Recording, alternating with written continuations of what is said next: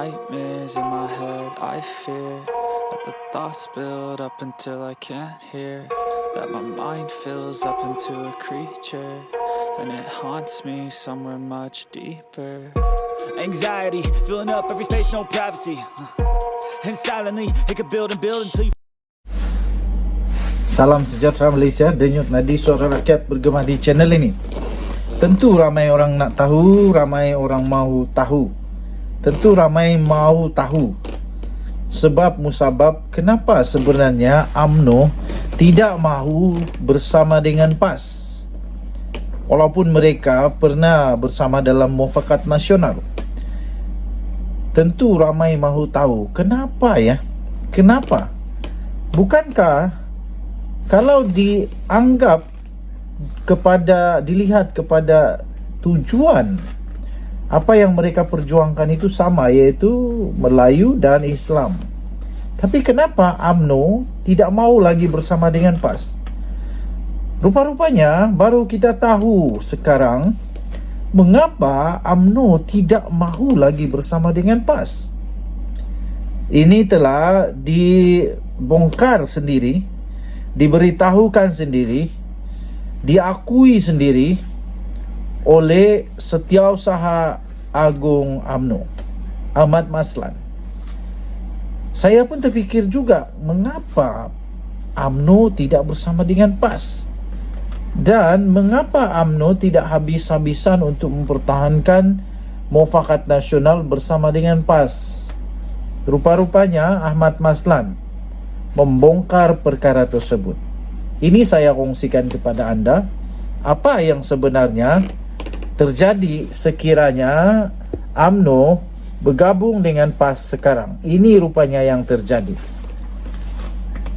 Ahmad Maslan berkata, lagi awal UMNO berkubur jika bersama dengan PAS. Itu kata Ahmad Maslan. Ahmad Maslan berkata PAS pernah menyebut mahu menggantikan UMNO sebagai parti membela orang Melayu dan Islam sebelum ini. UMNO akan berkubur lebih awal jika bekerjasama dengan PAS, memandangkan parti itu dilihat sukar untuk menawarkan kerusi kepada mereka pada pilihan raya akan datang. Itu pendedahan yang dibuat oleh Ahmad Maslan. Ahli Majlis Kerja Tertinggi MKT UMNO itu berkata, ketika ini kebanyakan kerusi DUN dan parlimen di 4 negeri yang ditadbir oleh pembangkang dikuasai oleh PAS, dan tidak mungkin UMNO akan diberi banyak peluang untuk bertanding. Jika UMNO tidak bersama PAS, katanya, pastinya kita boleh bertanding di tempat mereka dan dalam tempo 4 tahun lagi pada pilihan raya akan datang, katanya. UMNO boleh ambil alih parlimen dan DUN sekiranya mereka tidak menjalankan tugas dan harapan rakyat. Katanya ketika meninjau tapak projek College Community Parlimen Pontian di Kampung Parit Haji Abdul Rahman Benut, menurut utusan Malaysia.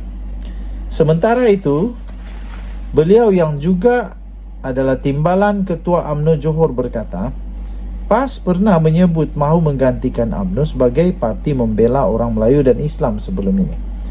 PKR tidak pernah sebut hendak menggantikan UMNO, katanya. Begitu juga dengan Bersatu pun ada sebut perkara itu. Perkataan mengganti UMNO itu merupakan persaingan antara UMNO, PAS dan Bersatu, katanya. Terdahulu FMT melaporkan bekas Perdana Menteri Tun Dr. Mahathir Mohamad berkata, UMNO bakal berkubur pada PRU16 jika terus bekerjasama dengan DAP. Merujuk kepada keputusan PRK Kemaman yang menyaksikan undi diterima parti itu terus merosot. Katanya pemisahan UMNO daripada DAP adalah usaha boleh menyelamatkan parti Melayu itu, selain kembali kepada perjuangan untuk bangsa, negara dan agama. Sebelum ini, timbalan Presiden PAS Tuan Ibrahim Tuan Man berkata, parti itu tidak menolak kerjasama dengan UMNO di sebalik sejarah pahit hubungan mereka susulan cadangan penyatuan untuk mengambil alih pentadbiran Putrajaya dibangkitkan oleh Syam Jalil. Bagaimanapun, Presiden UMNO Zahid Hamidi menggesa parti itu supaya menoktahkan mimpi bersama UMNO, kerana sejarah pahit sebelum ini mengakibatkan UMNO nekat tidak akan menjalinkan sebarang hubungan semula atau kerjasama dengan PAS yang kini bersama dengan Perikatan Nasional. Dan Nadi Suara Rakyat bergema di channel ini. Bye-bye.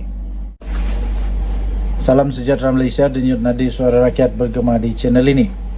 Akhirnya yang dinanti-nanti sudah pun diumumkan. Wahab saman Hakim Ramli, Cikgu Ban identiti Mr. H terdedah jua akhirnya. 8 Disember. Ramai orang tahu siapa? Ramai orang mau tahu siapa? Sekarang kita tahu. Penolong Pegawai Jabatan Komunikasi Masyarakat atau JKOM Abdul Wahab Kadir Jilani akan memulakan tindakan saman terhadap 2 individu berhubung dengan penularan video perbualan lucah individu mirip bekas Ketua Pengarah JKOM iaitu Datuk Muhammad Agus Yusof dan Wahab. Perkara itu disahkan kepada Malaysia Gazette oleh peguamnya Faizal Rahman pada hari ini. Difahamkan, Abdul Wahab menyaman ahli jawatan kuasa penerangan Parti Pribumi Bersatu Malaysia Bersatu, iaitu Badrul Hisham Shahrin yang lebih dikenali sebagai Cikgu Ban dan pengarah bahagian JKOM Hakim Ramli. Sekarang kau kenal. Anak guam saya telah memberi arahan untuk mengeluarkan surat tuntutan saman kepada 2 individu berhubung penularan video lucah tersebut, katanya.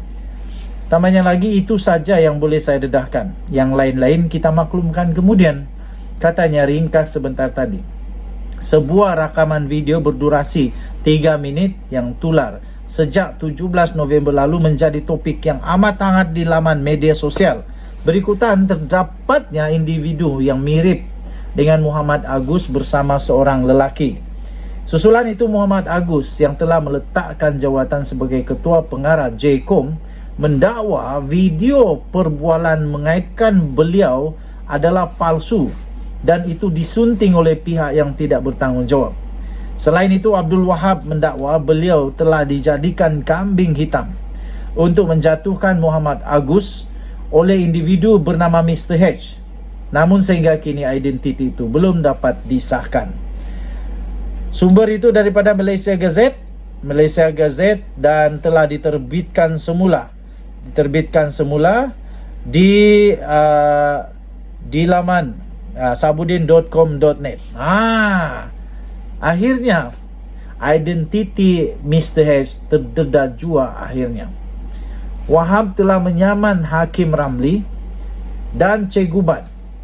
Identiti Mr. H terdedah juga akhirnya. Padan muka. Jadi disahkan penolong pegawai Jabatan Komunikasi Masyarakat yang dikenali sebagai JKOM, iaitu Abdul Wahab Kadir Jilani, telah pun akan memulakan tindakan saman terhadap 2 orang ini. Yang pertama ialah ahli jawatan kuasa penerangan Parti Pribumi Bersatu Malaysia Badrul Hisham Shahrin, dikenali sebagai Cikgu Ban. Dah habis-habis lah bersatu ni kena. Belum selesai satu lagi. Sekarang baru lagi Cikgu Ban yang famous tu sekarang kena saman. Nanti kalau sudah masuk mahkamah, kalau menang tidak apa, kalau kalah rasakan. Kemudian seorang lagi ialah pengarah bahagian JKOM iaitu Hakim Ramli. Kenapa?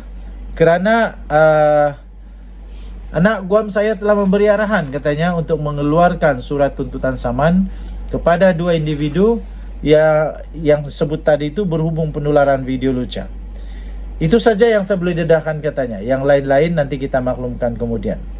Dia kata begitu. Okey, jadi tuan-tuan dan puan-puan yang dihormati sekalian, beliau Muhammad Agus yang meletak jawatan sebagai Ketua Pengarah JKOM mendakwa video perbualan mengaitkan beliau adalah palsu dan disunting pihak tidak bertanggungjawab. Nanti kita tengoklah siapa yang benar, siapa yang kantoi, siapa yang terciduk. Denyut Nadi Suara Rakyat bergema di channel ini. Bye-bye.